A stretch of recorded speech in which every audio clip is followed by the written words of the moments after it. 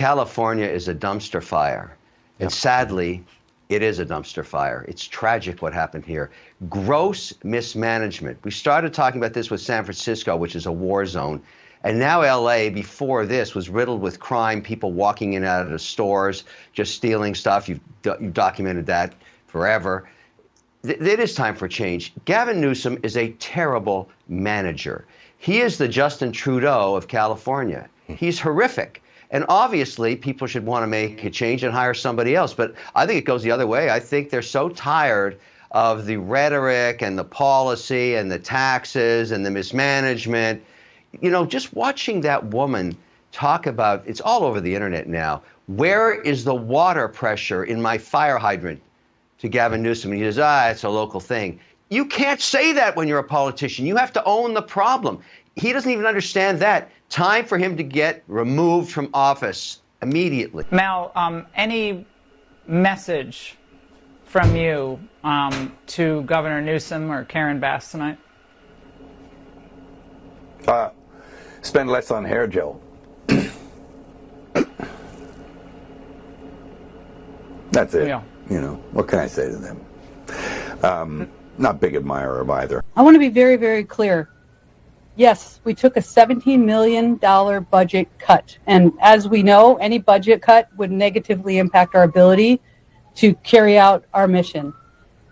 I want to also clarify that I'm not a politician. I'm a public servant. It's my job as the fire chief for Los Angeles City Fire Department to make sure that our firefighters have exactly what they need to do their jobs. And that's why I'm talking to you today. The Palisades fire, everybody's seen it. It is absolutely one of the most horrific natural disasters in the history of Los Angeles. And even with an additional 100 engines, I tell you, we were not going to catch that fire. But with that being said, let me be clear. The $17 million budget cut and the elimination of our civilian positions like our mechanics did and has and will continue to severely impact our ability to repair our apparatus. So with that, we have over 100 fire apparatus out of service. And having these apparatus in the proper amount of mechanics would have helped. And so it did absolutely negatively impact. I want to also be clear that I have, over the last 3 years, been clear that the fire department needs help. We can no longer sustain where we are. We do not have enough firefighters. With that, I have also requested multiple budgets, interim budgets, to show how understaffed, under-resourced, and underfunded the LEFD is. So with that, also, we have clear data that shows the LEFD needs more help. We need 62 more fire stations. These reports also show that we've had a 55% increase in overall call volume since 2010. And guess what? We're doing it with less firefighters. I was also directed to develop a plan as part of a budget reduction exercise, and that could equate to $48.8 million. And I rang the bell that these additional cuts could be very, very devastating for our ability to provide public safety. That would have resulted to 15 fire stations closing down and potentially the elimination of over 300 firefighters. Again, I want to be clear that I submitted a very large budget that will actually allow our firefighters to do their jobs. And I tell you, boy, oh boy, oh boy, did y'all just hear that? Want to really see something that said, take a look at what happened. Hey. Why this beat so cold? We will make America proud again. And you try to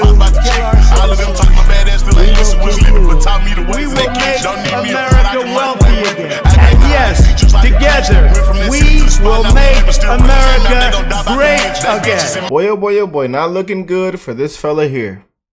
An absolute disgrace. And as y'all heard, told you, when it hits the fan, it's all gonna come out. And somebody got to be thrown under the bus once again. Yeah. Completely just incompetent. A disgrace, man. California has the 4th largest economy. And this man is faking phone calls with the president. People's lives are devastated. People have lost everything, man. And it's the things around this, you guys. You know, it's not the disaster, it's the things around it. And then the fact that he was warned 2 months ago, 4 months ago, years ago. A disgrace, man. And our thoughts, our love, our prayers go out to California, man. It is sad watching those clips. You know, people have lost everything, memories, you know, things people have worked years for, man. Life savings completely wiped. But I told y'all, we live in everything in this life is temporary, man. Everything in life is temporary. And, you know, in a blink of an eye, things can change just like this. So I encourage y'all to spread the love, man. To be an amazing human being, to care for one another, to spread the positivity. God is love, man. And we got to continue to spread that love in this corrupt matrix that we live in. We live in a very, very fast time travel. So live it up to your fullest, man. Well, we send our prayers out to California, you guys. But check this out. This man is a disgrace. And they're asking for his resignation. A lot of people are just, they're done, man. And again, they've ran everybody out of California. Do the right thing. This is an emergency. We can do all this dance and we have differences of opinion as it relates to all kinds of issues and values, and you know, and that's fair game. And that's important. That dialectic's important. But having this kind of friction when it comes to emergency response, with emergency responders, these heroes, 12,000 that are on the front lines right now, taking care of people, making sure people are still alive. We're still doing emergency maintenance and evacuation. We're still concerned about flare-ups and spotting. You got kids right now that don't have money for baby formula, and we're trying to get them disaster assistance. You have folks in hotel rooms that have money only for tonight and don't know what's going to happen, haven't even had a chance to see their homes. Here it's standing or it's here and it's not standing. We want to get them emergency assistance over the course of the next 18 months. That's why I was with the FEMA director today. That's what the President of the United States and I are talking about, and I'd like to have that conversation with the next President of the United States. Let's turn the page as it relates to the new incoming president. We'd like him to have the spirit of the current president and have the backs of people so we can recover. I want him to visit and understand the magnitude of this scope, what happened to the American people that happen to reside here in California. I'm not interested in politicizing an event like this. I don't like the banality of it. I don't like the inhumanity of that. I would like people to focus on a collaboration between the executive in Washington, D.C. and in the state of California to help rebuild a community that's been completely ravaged. Disgrace. Liar. Yeah. We all see through it, man. We all see through it. Stupidity and stunning incompetence from California's Democrat leaders as 5 devastating wildfires ravage Los Angeles for a 4th day. Officials somehow finding new ways to make the situation worse after a laundry list of blunders. From LA Mayor Karen Bass skipping town to Africa despite knowing her town would burn, to greasy Gavin Newsom faking a phone call with Biden when confronted over why fire hydrants were running out of water. Newsom now calling for an investigation into the water pressure loss. He should also look into this disturbing new report from the LA Times that claims a major Pacific Palisades reservoir was offline and empty when the fires broke out. So the last thing people in LA needed was a false panic. But thousands of their phones started buzzing last night with this emergency evacuation alert. Turns out it was an error and meant for people in a different fire warning zone. Top officials then acting totally clueless on how it happened. And like Kamala, they promised to find out the root causes. Watch. I want to clarify. This is not human driven. There is no one sitting at a desk right now initiating emergency alerts. As these alerts are being issued, they are not being activated or initiated by a person. We have every technical specialist working to resolve this issue and to find the root cause. And after that screw up, Gavin Newsom had the gall to people about misinformation. I ask you, we've got to deal with this misinformation. There were hurricane force winds of mis and disinformation lies. People want to divide this country, and we're going to have to address that as well. And it breaks my heart as people are suffering and struggling. Please watch your language. And if Californians weren't traumatized enough by all this, Marauding gangs of scooter looters are taking advantage. One LA resident claims that 100 people on scooters are roaming evacuated areas as they ransack and loot homes. It's got the California National Guard on the ground to crack down. And Los Angeles is issuing a curfew tonight at 6 local time. Hey, Kaylee, just when you think it can't get any worse, they're scaring the crap out of people with these emergency evacuation order. What, did this thing went off for the entire county? Yeah, it went off apparently once, and then it was going off again and again for many people, according to reports. And then people don't know who to trust. And at this point, how can you trust the government? I mean, we've learned the modus operandi of Democrats. And what is that? It's divert responsibility and point to shiny objects. And divert responsibility, Gavin Newsom was asked by Anderson Cooper 2 days ago, why are the fire hydrants running dry? He said, ask a local official. Could you imagine DeSantis doing that during a hurricane? No, he stepped in, fixed the Pine Island Bridge in 3 days. Gavin Newsom just points to local officials. Then he puts out a letter just moments ago, and the letter says, I'm demanding answers on the water. You're the leader of California. You are the chief executive. And then he goes on with Biden and talks about misinformation. This blew my mind because I remembered the Washington Post story that came out a week ago. Do you want to know Biden's biggest regret? Not Afghanistan, not inflation, not all of his failures. It's not combating misinformation. It's the same line they used after Hurricane Helene when he sat there with Kamala Harris after their failed response, and he said, misinformation, disinformation. That's the playbook. Say misinformation when the hard truth is this. You may have a playbook. The hard truth, progressive leadership fails during times of crisis. East Palestine, Hurricane Helene, this wildfire. And now there's scooter looters, Sandra, and to think that they could do anything about that when they have this on their hands, it's ludicrous. This is crazy. There are people dead, okay? They're displaced. They're distraught. There's two major images that stood out to me covering this for hours and hours and hours this week, and two of them were from today. The video that we played of Gavin Newsom standing in his aviators, taking it from that resident, asking him, Governor, why are the fire hydrants empty? Why were they empty? Why were we not more prepared knowing that these winds were predicted?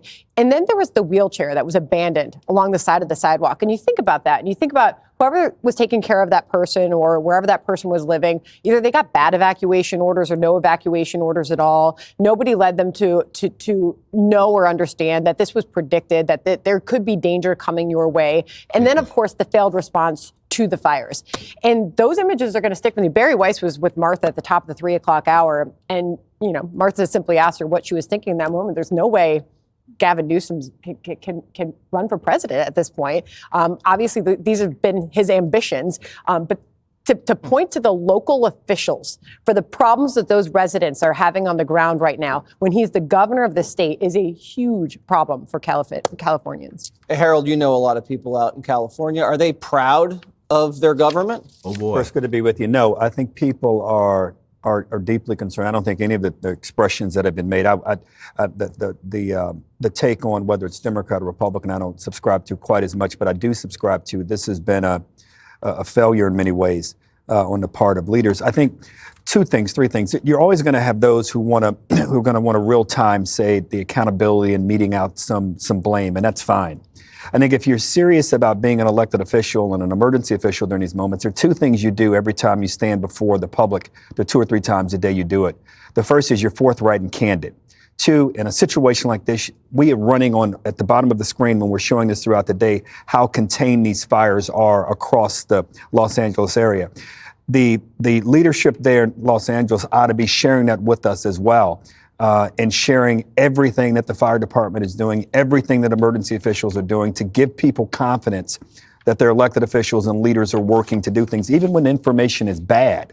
You have to share with people and say, these are the things we're doing to correct it. Two, lay out all of the resources that people have and where people can find where they can find support, where they can find help.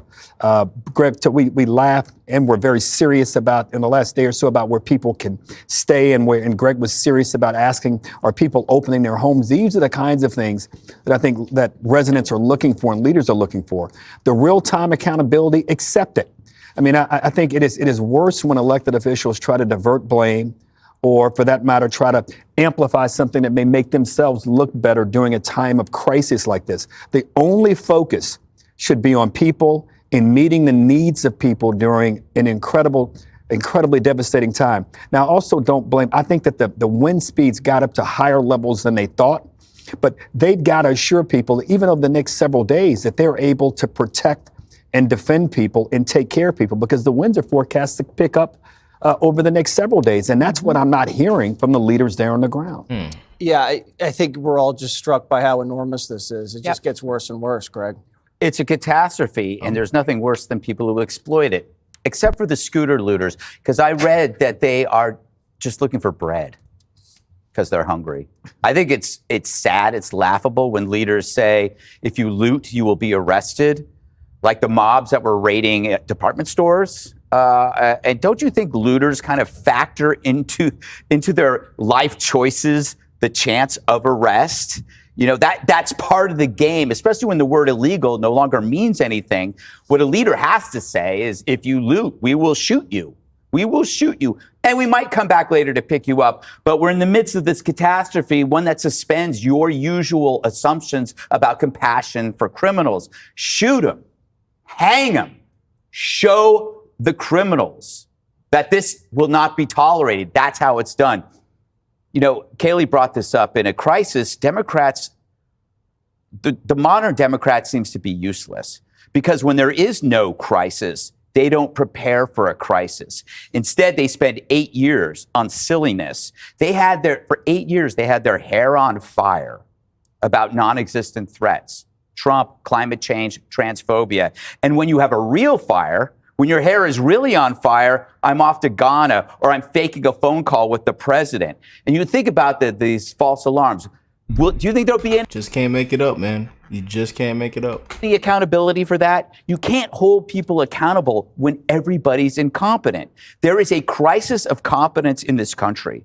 It's not just LA. It's New York City with crime. It's New Orleans with terror. It's San Francisco, Los Angeles. Yes. And they all have something in common.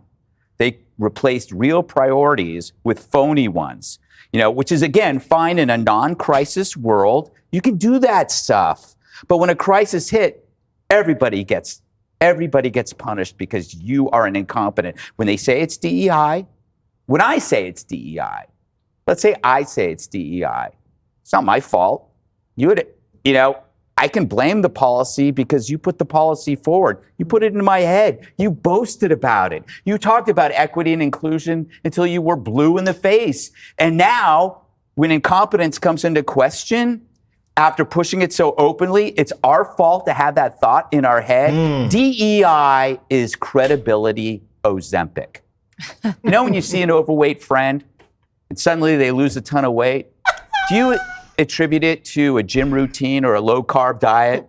No, you go, that person's on Ozempic. Now, you may be wrong, but because Ozempic is everywhere and talked about, you assume it's Ozempic.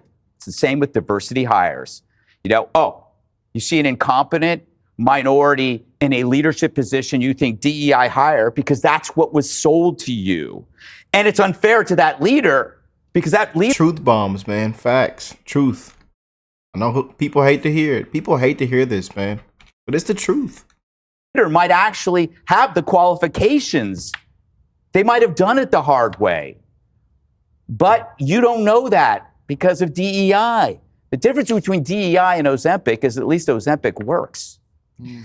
Well said, Greg. And in your face, Harold! And those scooter looters better watch out. Shoot! Oh, man.